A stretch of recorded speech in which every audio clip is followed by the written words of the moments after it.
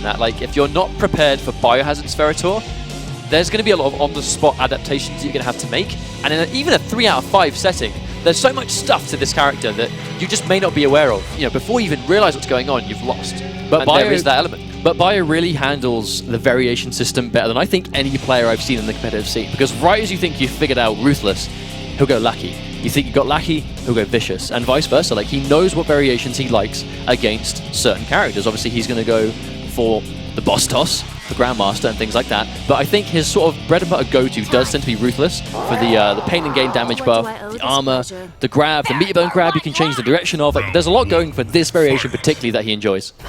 Completely, and there you go, immediately starting off. Oh, tries to go for the punish, does get it anyway. I mean, that low drill is very unsafe. And there we go, there's the pain and gain. Now, the pain and gain does give Ferrator a damage buff, and when that happens, you can now cancel it to continue your pressure. The only downside here is that Biohazard, to get those cancels, will have to hurt himself to do it. So it's all about risk versus reward, whether you can afford to take that damage. Wow, and just wonderful use of the overhead boss right now. Oh, very bad read on the low. If you went for the overhead, that would have caught, but that really can be story of Ferrator's life. You go for one of the options, and the other one would have worked. And that's just the way it is. You have to really kind of shake it off. We can see so many of those overhead tosses, the NJPs. They just do such a good job of commanding the entire screen. Tanya's used to being a noble character. There's the tech. He knows those gaps in that Tom for pressure. Oh, wonderful. Oh, gets us right on the 50-50 special. Oh, no! Biohazard stabs himself, takes himself out of round 1. Now, the thing is, that punish actually would have killed. And we just talked about risk versus reward. He must have just not realized that that was going to happen. So unfortunate. Oh, that is heartbreaking to see. But one thing I will comment on, though, is Biohazard thrives on anti-airs, anti-cross-ups. I've never seen a player so consistent with them in Mortal Kombat X. But Tanya doesn't care about that. Oh, because Tanya conversion, 1, 2, 3, 4, 5. Oh, there we go. That might even kill. Wow. And that's the damage buff from Pain and Gain. Didn't kill him this time. No, it didn't. He had loads of health to work with. Oh, he tried to parry. Unfortunately, that Pain and Gain has got armor on startup, and we saw it on. We did it on Dab's Wake Up. He uses it as a parry sometimes to absorb single hitting attacks. Oh, Dab throws the bar away. Oh, wow. That's always a good trade for Bio. Oh, unfortunately, when Tor does get hit, even if he throws Ferra, if Tor takes damage during the projectile, she actually won't collide. She'll just kind of fall out of the air, quite unfortunately. Like right there, that's a bit of a pain in the matchup. When you've got a really fast projectile that is faster than that, it doesn't really work the way you hope it would. I like what Dab's doing right now. Oh, anti-air. But I love what Dab is doing right now. I mean, he's just trying to... He doesn't want any business of letting Bio come in. He doesn't want Ferrator in his face. Oh, there's the Pain and Gain. But unfortunately, didn't actually get the cancel. He just stood there and took the armor. Oh, that's to be a punish. Drops the punish, gets the low anyway. He can still take it just like that. Oh, wow. Into the brutality. And let's even talk about how much damage that even did before the grab ended. The initial hit of that grab already turned it into like a 30% damage. When you have all those stacks and you land that conversion, it literally does about 40 to 45%. So crazy. But you're going to know that. You're going to get a feel for how much damage you're going to do if you play a character that much. And it's not even that. It's how much damage you do with different stacks of Pain and Gain. There we go. That's going to be it. 1-0 right now to Biohazard. But I mean, Dab, it looks like he's kind of just trying to figure out the matchup as he goes. That's one thing that Ferrator does really well with these normals is controlling everything. It always feels like, even if it's not, it feels like it's Ferrator's turn to press the button because of the plus frames, because of the neutral jump punch. There's so much range, just like that. Anti-air. You feel like you want to go in and you eat something all the time. But it's just that Biohazard is always pressing a button. This is a character that can just press tons of buttons. Oh, Dab tries the anti-air, but he lands first and he keeps himself safe. Oh, staggers the one. The back row will connect. Here comes the pressure. Big damage. Comfortable 42%. And there's the wake-up grab. If you're ready for a wake-up attack, blocking won't quite cut it when that wake-up attack is an unblockable grab. Okay, now that looks like... Oh, wow. Oh, Bio gets to confirm off the NJP and we'll take round 1. It looks like Pain and Gain. Looks like Dab's found an answer to it on block, so Bio's going to have to adapt to this. Obviously, he's going to consistently waste health. There's the Pain and Gain, gets the grab. Might not have been ready for it to connect on hit, so he's already telling himself he's going to grab it. Nice reversal there from Dab. Here comes the Tomfa.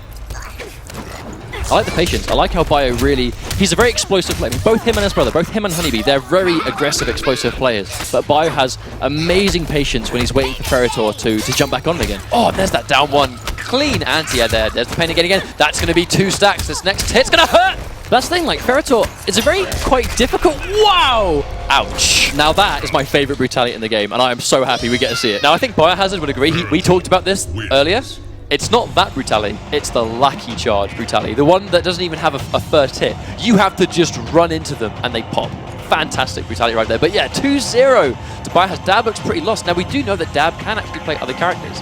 Is he going to opt to go for someone else? He is hovering over... Oh, Jackie. Maybe we'll see some Jackie. Hey, look, full auto actually wouldn't be a bad call in this matchup.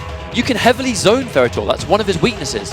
And even if he tries to go for boss toss, the bullets on full auto travel so fast, there is no way you're ever going to get hit by the Ferra toss when you're playing as full auto.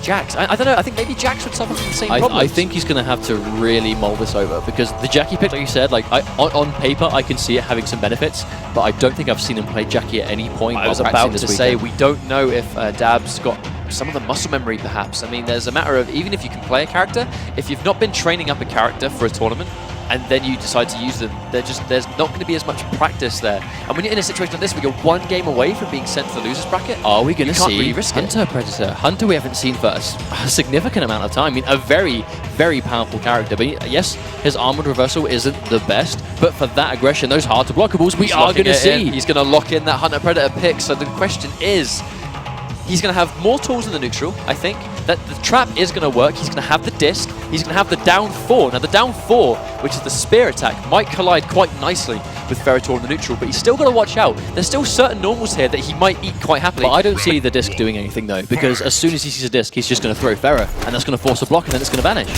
There's the pain and gain. Gets the grab. Nice tech from Dab. Tries to poke. Doesn't get a good block on the low. Looks a little bit unsure. Eats an NJP. Neutral jump punch. He tried to punish the low quite lately. I mean, there's a lot of discomfort here from Dab. Doesn't seem particularly sure. Oh, nice catch the reversal there. Put him into the corner. Now here comes Hunter. He's going to go in for the trap. Overhead low. Good block there from Biohazard. Seen that a couple of times. Good block on the low again. Oh, good backdash from Dab.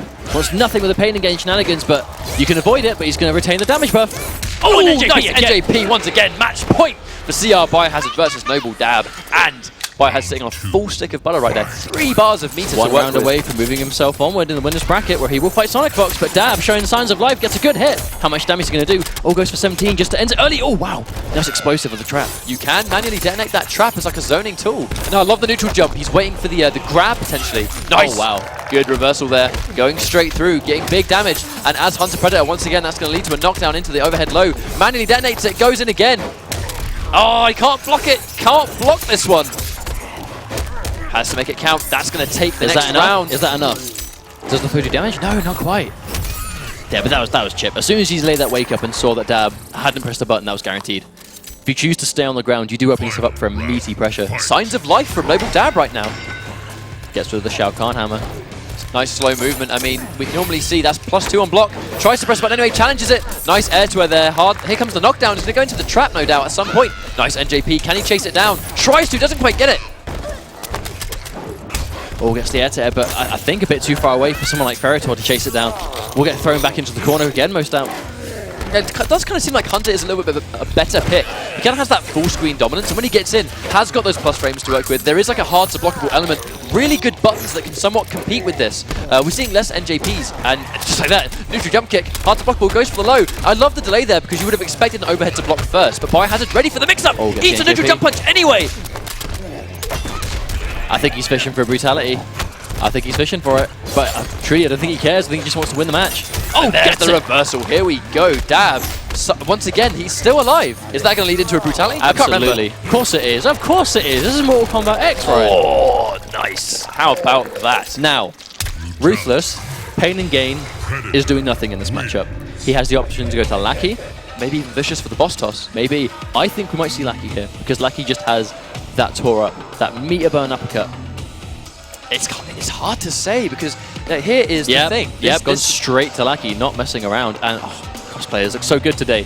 Now, why would Biohazard go for a Lackey pick? I would say for Tor up. Now, what is the Tor up? Tor up is the uppercut. Meter burn launches, and I would say safe. It is -7, -6 or -7. I was talking to Biohazard about this before, but I don't think Predator can has anything to like immediately reverse that. Now, let's not forget that the Tor up and Meter Burn is armored as well and leads to a full combo. Oh, here we go into that. It's going to catch him. And that is the traditional Hunter Predator. If you catch that grab and there's a trap on the ground, you're eating that for free. And I love the fact that Dab is using it as almost like a self-detonation to use it as a zoning tool. However, when Predator does take damage, the trap and the disc both disappear. So you have to maintain pressure. It's not that you can throw it down and then sit behind it like a Sub-Zero ice clone. If you have it on the screen, you have to do something. Now, that's one thing that Bio does with Lackey. He does forward 2. Like, believe it or not, forward 2 actually hits twice. You know, just the leg grab into the fling. It hits twice. You can actually special cancel the very, very, very first impact of that into the charge. Here comes the knockdown, here comes the trap. Oh, wake up! Gets hit by it. This is going to clean up that round. Big damage. And I love the fact that he kept him in the corner. Now, Lucky, he has a bar of meter. Let's not forget that the regular charge as well, on the first frame, has hit of invincibility, even without spending any bars. Yeah, he has these defensive options. Armor for the first few frames, and also projectile invincibility. So I think he's picking it for the armor, maybe. Oh, there's the roll as well. Another tool that Lucky gets access to. And because the roll hits, the trap is going to disappear right there. Oh, lovely NJP. Good range. Oh, not in the range for the disc. Oh, has to watch this wonderful block from Bio. Oh, going for it again. Oh, there's the armor breaking. He's going to trade, but nowhere near a bad trade. Has to watch that disc. There's the disc. He's going to eat it. Tries to grab him into the trap. Really nice throw tech from Biohazard. Fantastic play, but still finds himself on the back foot. There's the hard knockdown into a guaranteed trap. Jumps through, but the invincibility of the environment interaction gets around it. Already goes into the down 4, doesn't manage to get a big combo from that. Oh, can't confirm, gets it again. Oh no, he drops it, but the down 2 will take it. What a quick tying up at 2-2. I think this Predator pick, big surprise, but really smart. Now, the reason the Hunter Predator pick is really strong here is because these tools to deal with that full screen game, that's what's causing such amount of problems here. The trap on the ground, the disc in the neutral, the range on the forward 2, the range on the down 4, all of these things in the neutral against Ferrator will do a much better job than Tanya was. I mean, it's funny how we say that, you know, Tanya was on the back foot. You had to change from Tanya, and yes, oh my days on a pick like that. Hunter Predator is a fantastic choice in this matchup. But what does Bio do? Does he stick with Lucky, or does he try maybe going back to Ruthless? I mean, it definitely was a bit of a better match for him. It seems like when he picked Lucky, it let Dab do more. The things he picked Lucky to do clearly didn't work the way he intended. So he is going to go back, really sort of mull this over, because, I mean, at the end of the day, it's hard to block walls. The trap is low, Predator has ample overheads, you know, jump attacks on the way down or overheads, so it is always going to be hard to block. It's just a question of how much can you get going when you're on the offense, and it just seems like the Ruthless can do more than Lucky can in that regard. I think Dab definitely seems more comfortable full screen. I mean, we saw he immediately tried to go back, but I think that's definitely the opposite there for Biohazard. He wants to get in, keep him in the corner. Now, those pain and gain stacks do add up quite significantly, especially when you have them in the corner. Gets the reversal, nice bait, no punish though, very unfortunate. That move, kind of hard to punish, a bit harder than you would think. He does miss it, or catches it. That could be big damage. Oh, wow! Oh, Ferra will clean that up for him. Thank you very much for that, Ferra, my dear. You've helped me take that round going in. Match point Biohazard. That was Ferra's way of making up for killing him earlier. Oh, there's the parry! Fantastic play there from Biohazard. Drops the combo, though. But he has the corner pressure, and the meat blunt grab. Ferra's going to stab him right in the head. Going to keep him in that corner, keep the pressure going. Big damage. There's the combo again. Don't drop it this time. Gets it. 3, 4, 5. Grab. Here we go. Big damage. Next hit's going to take it. That's it! And going to brutality, green all over the place, it bleeds, and it has 100% been killed to death. If it bleeds, we can make it explode. We can run into it until it pops, because I am a giant monster with a little girl on my back. Fantastic play there from Biohazard. I mean, that was incredible. That was actually incredible. You can see